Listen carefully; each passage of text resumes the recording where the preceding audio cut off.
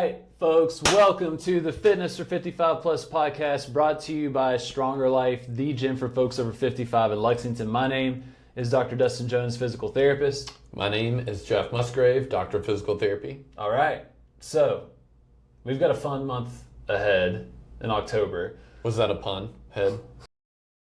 That's great. This guy, the humor. So on October 24th, we are doing our brain health workshop. So we're going to start to speak to this, do some episodes, and want to just talk about cognition and brain health and share some of the latest research. That's been really interesting, I think really impactful for us. Yes. Kind of leading up to this workshop on October 24th. This workshop will be available virtually as well. So for those that are not in Lexington, you'll be able to watch this. So we'll be spreading that. But I want to speak to a research study that was really interesting that has been impactful for us. So I'll talk about this study, and then I think it'd be helpful for us to share how we see some of these findings in the people in our gym, like folks that are demonstrating some of the behaviors. So I'm gonna give you an overview of this study for those watching or listening. So this study looked at the impact of age beliefs, like how I perceive aging. What did that do to the rates of a diagnosis of Alzheimer's dementia? And so this is a kind of an area of research where Becca Levy is the common researcher that does these things, where she will take a certain health outcome, like a rate of diagnosis of dementia, independence, like if someone has independence or not, if someone's had like a cardiovascular event, all these different type of health outcomes. And she sees if your perception of aging and what you think about aging, does that influence those health outcomes in a good or bad manner. So, and this was a fascinating study because she took individuals that were already at an elevated risk of getting a diagnosis of Alzheimer's dementia. These individuals have in their genetic code, they have an indication, it's called ApoE4. So if you have this, you're already at a 50% increase of getting a diagnosis of Alzheimer's dementia.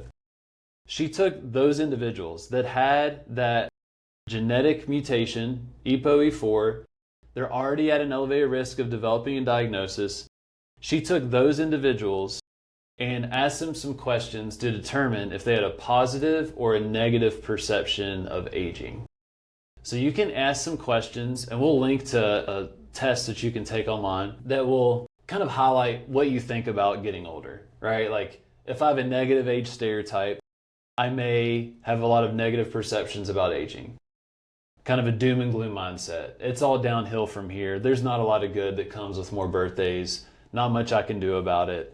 That type of mindset. And then there's a positive age stereotype that can see the good in aging, that has a lot of sense of control over what their aging process will look like, that if they do certain things, they will be able to influence what their years look like. So that's more of a positive age stereotype. So she took these high-risk people, she asked them some of the questions and determined their age stereotype. So we had a positive age stereotype group, then we had a negative age stereotype group. She followed those people for a length of 4 years and looked at their rates of getting a diagnosis of dementia. And what she found was that the folks that had the positive age stereotype, the positive perceptions of aging, were 50% less likely to get a diagnosis of Alzheimer's dementia. So 50% less likely. Even though everyone in that study had an elevated risk, the folks that had the positive age stereotype had 50% less likelihood of developing that diagnosis. And she's replicated this type of study with all kinds of different health outcomes, like I mentioned before. And it's really speaking to the power of a positive age stereotype or positive age belief. So with that in mind, we talk a lot about positive age beliefs and positive age stereotypes. In our community here in Lexington at StrongerLife, what are some of the traits or characteristics that you have witnessed or observed? The folks that do have that positive age stereotype, like what does that look like from your own perspective? Man, I would say the adventure never ends for those people. I mean, we see people continuing to travel the world, check off things on their bucket list. It's like, I've got the time, the resources, the wisdom, the experience to go to Italy, to go to France for 2 or 3 weeks, to go out of the country, to do the things I want to do, you know, to participate in their loved ones' lives the way they want to, whether it's helping with a birth over a few hours. We had a member share that as a success story. It's caring for the grandkids. It's like, I'm old and wise enough to do this. There's something to be said for that experience, but I think they see power in experience is a big one. Yeah, and I think they're almost light up when it comes to facing challenges. Like they feel prepared, ready, or just, I don't know, they just approach challenges differently. Yeah, I'm not sure if that's what you were looking for. Yeah, but. yeah, they're seeking the adventure. They are handling challenges in all kinds of different forms, right, that come. But there's this kind of confidence that they exude, that they're willing to put in effort to handle the situations that are in front of them. And some of them are the challenges, some of them are the hopes of taking in a trip or whatever adventure it may be. It's pretty clear. Yeah, another interesting thing I'm just now thinking of, like, we're inundated here with like people with positive age beliefs, which is incredible. But thinking more when I was spending more time clinically, I feel like the bubble is smaller and the focus is more internal, like about my problems. And there's that quote, I'm going to butcher it. The man with his health has many problems. The man without has one problem. Yeah.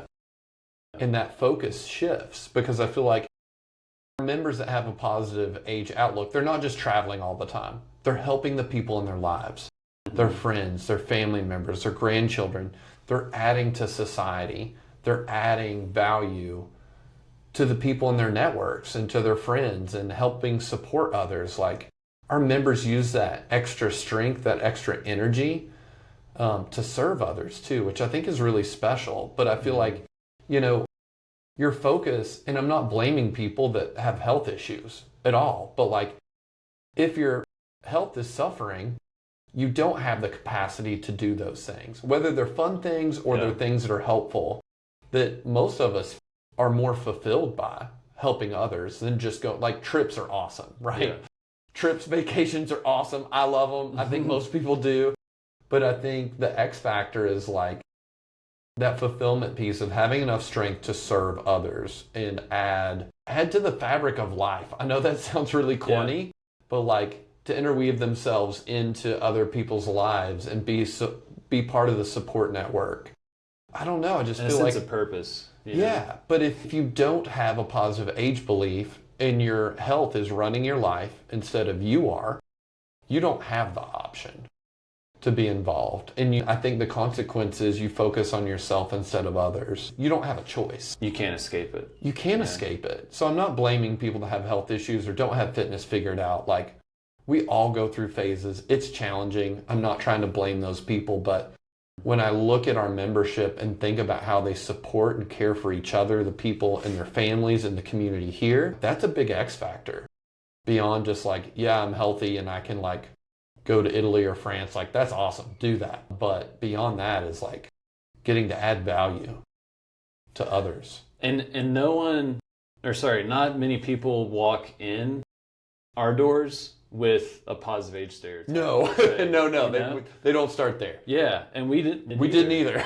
I think we all have a lot of perceptions of aging, and they are largely associated with the negative age stereotype. But yeah, to see folks come in with kind of preconceived notions of what the next birthday is going to bring and what they're capable of doing and what, their lives are going to look like in the future. And then they start to interact with our community. They start to partake in some of the different events that we offer and try new hobbies and really challenge themselves in the gym that results in so many different decisions outside the gym that their perception changes over time. That is really, really cool to see. Yeah. Especially at scale when there's, over 300 people that doing the same thing. Yeah, doing the same thing. And that's the beauty in class is like there are opportunities to seek small, consistent, incremental challenges to fight those thoughts in your head that I can't do this. Mm. And it's like having the experience overshadows the thought process. And I think just like you mentioned, we went through this too. Like in the areas we grew up, there were not great models for aging, and our beliefs were pretty negative and very similar. If I live long enough, I'm going to have diabetes. I'm probably going to have a heart attack or a stroke. I'm definitely going to get dementia if I get old enough. And just like assuming that's what's coming for me and there's nothing you can do about it. And man, that changes your choices tremendously. Mm-hmm. But now seeing so many healthy agers and see people change their mindset.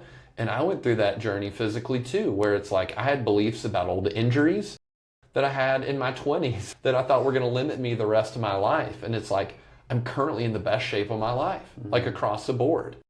And it's like, and I'm still getting stronger and getting in better shape. And if my mindset had not changed and I had not challenged myself slowly and incrementally like we do in here, it probably never would have happened.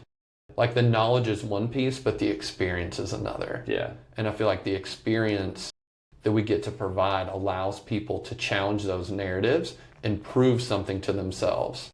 And it's like just cracking the door open on a little bit of curiosity, just like that's all you need. Yeah. You need an opportunity, you need support to do it in a good way that's healthy for you, and just like keep being curious. And it's incredible what we've seen people do. But that mindset, like those experiences make it easier to change that mindset. The community makes it easier to change that mindset because you're watching others do the same. Yeah. It's like they can do it, I'm feeling it, like, and then you see people on different parts of the journey that have just started, have been coming for a little while, that have been coming like Coach Diane for 750 visits. Right. And she transformed her life. Physically, her confidence, the challenges she's taken on, the adventure retreat, kayaking with me in the ocean. Freaking epic. She survived. Yeah, she survived. The biggest barrier was me. Yeah. Not the kayaking in the ocean. She was great. Sorry, that was a tear, but man, it's just like, it's such a beautiful thing. I think that the mindset speaks to this area of research, because it's like I mentioned, Becca Levy, she's showed similar results with dementia rates, with independence, with people that have had stroke, with gait speed, like all these different health outcomes. And it's like the mindset will spur you on to live in a certain way, to make certain decisions, to likely increase your physical activity, to likely to do something like this, pick up a new hobby. And the end result, or one result of that, is the improved health and improved health outcomes, or the reduced risk of getting diagnosis of Alzheimer's or dementia. And I think you brought up a good point of like, you're not just going to like read a study like this or watch this podcast or listen to it and be like, I need to have a better perspective on aging. Like it doesn't work like that. Like it's the experience, it's being exposed to positive age stereotypes. And when you're exposed in such a concentrated manner, like here, where you've got peers rubbing shoulders, going through very difficult, classes, like that shared struggle, like you do that day in and day out for weeks, years, decades, like that's what changes things. And it's a very potent transformation, but it's not a quick one. I think that's a big thing we need to acknowledge as well. And yeah, that's been our experience. Yeah, it takes time. Turning months into years of that exposure reminds me, and we shared this in the bone density podcast, which was great. I enjoyed doing that one. But it reminds me when there was a new member just a few weeks ago that came in and they were nervous. It was their first class, and they're like talking to the members getting ready to go into class, and they're like, I've got osteoporosis. I don't know that I need to be in here. And they're like, us too. Yeah. High five. You're in the right place. Yeah. And like having peers that have been through those things. And that's the other thing is like, yeah, if we can all get this mindset and prevent as much as possible, awesome. But many of us are not in that situation. So when's it too late? When's it too late to change that mindset and change your life? I don't think. Almost never. Almost never. And that's the thing is there's a lot of hope in this. It's not like I had to start with this mindset when I was 20 or 30 or it's going to be too late. I mean, we've seen some incredible health transformations, mentally, physically, confidence, but like getting off meds, reversing osteoporosis, reversing heart failure. We also had a member who said they could like memorize and play piano music much easier after several months. Like there was a cognitive piece too with the type of exercise we do beyond just the mindset. Yeah. Like the physiological change of our body and working at moderate to high intensities and weight training that like feeds our brain and helps with our brain health so much.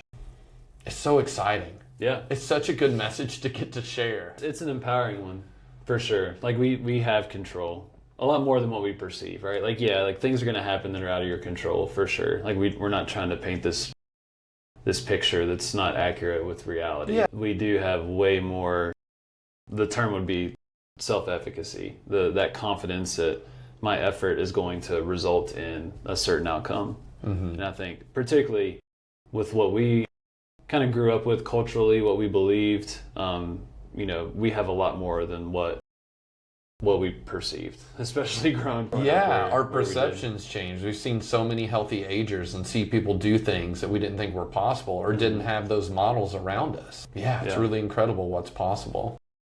So this study is a really fascinating one. I'm going to link to it in the description on the YouTube video, on the podcast. I'm also going to link to a test that you can take. So this is an implicit bias test out of Harvard.